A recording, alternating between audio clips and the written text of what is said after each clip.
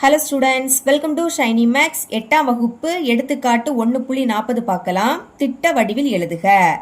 அதாவது இங்க அறிவியல் குறியீட்டில் கொடுத்துருக்கத திட்ட வடிவில் எழுத கொடுத்துருக்காங்க. போன சம பாருங்க, ஆன்சரை பாருங்க.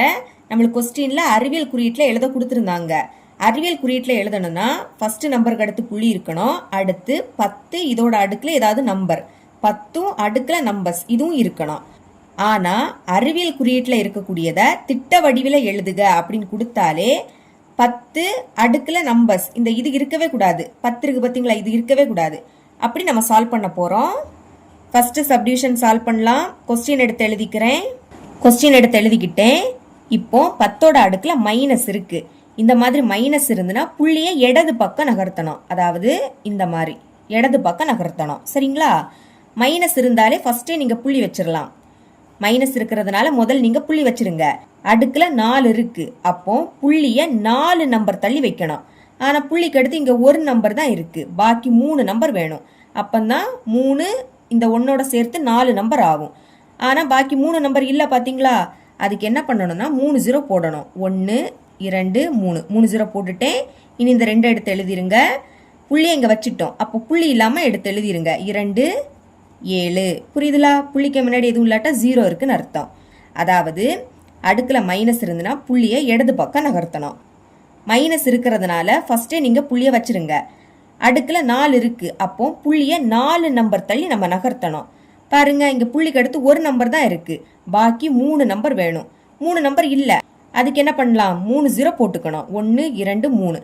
அடுத்து இந்த 2 எடுத்து எழுதிருங்க.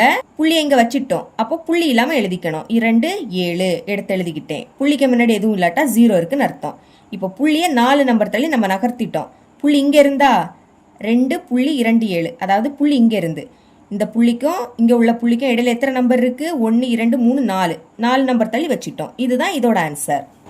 செகண்ட் சப்டிவிஷன் பார்க்கலாம். ஒளியானது ஒரு வினாடிக்கு 1.86 பெருக்கல் 10⁵ மைல்கள் வேகத்தில் செல்லும். அதாவது இங்க அறிவியல் குறியீட்டுல இருக்கு பாத்தீங்களா? இத நம்ம திட்ட வடிவில் எழுத போறோம். இப்போ இத மட்டும் எடுத்து எழுதிக்கலாம். செகண்ட் சப்டிவிஷன் சால்வ் பண்ணலாம். இங்க 10ஓட அடுக்குல இருக்கக்கூடிய எண் பிளஸ் குறியீட்டுல இருக்கு. முன்னாடி எந்த குறியீடும் இல்லாட்டா பிளஸ்ல இருக்குன்னு அர்த்தம். அப்ப பிளஸ்ல இருந்துன்னா புள்ளிய வலது பக்கம் நகர்த்தணும். போன சம்ல மைனஸ்ல இருந்து அப்ப புள்ளிய இடது பக்கம் நகர்த்தணும். இங்க பிளஸ்ல இருக்கிறதுனால புள்ளிய வலது பக்கம் நகர்த்தணும். அது மட்டும் இல்லாம போன சம்ல மைனஸ்ல இருந்தனால ஃபர்ஸ்டே புள்ளி வச்சுக்கிட்டோம். ஆனா இங்க முதல் நீங்க புள்ளி வைக்க கூடாது. ஓகேங்களா? ஓகேங்க. ஃபர்ஸ்ட் என்னதுக்கு 1 எடுத்து எழுதிருங்க. அடுக்குல 5. அப்ப இந்த புள்ளிய 5 நம்பர் தள்ளி வைக்கணும். ஆனா இங்க 2 நம்பர் தானே இருக்கு. பாக்கி 3 நம்பர் வேணும். அப்பதான் மொத்தமா 5 நம்பர் ஆகும். இங்க 3 நம்பர் இல்ல. அதுக்கு பதில் 3 0 போட்டா போதும். ஓகே, 8 6. இது அப்படியே எடுத்து எழுதிருங்க. 8 6.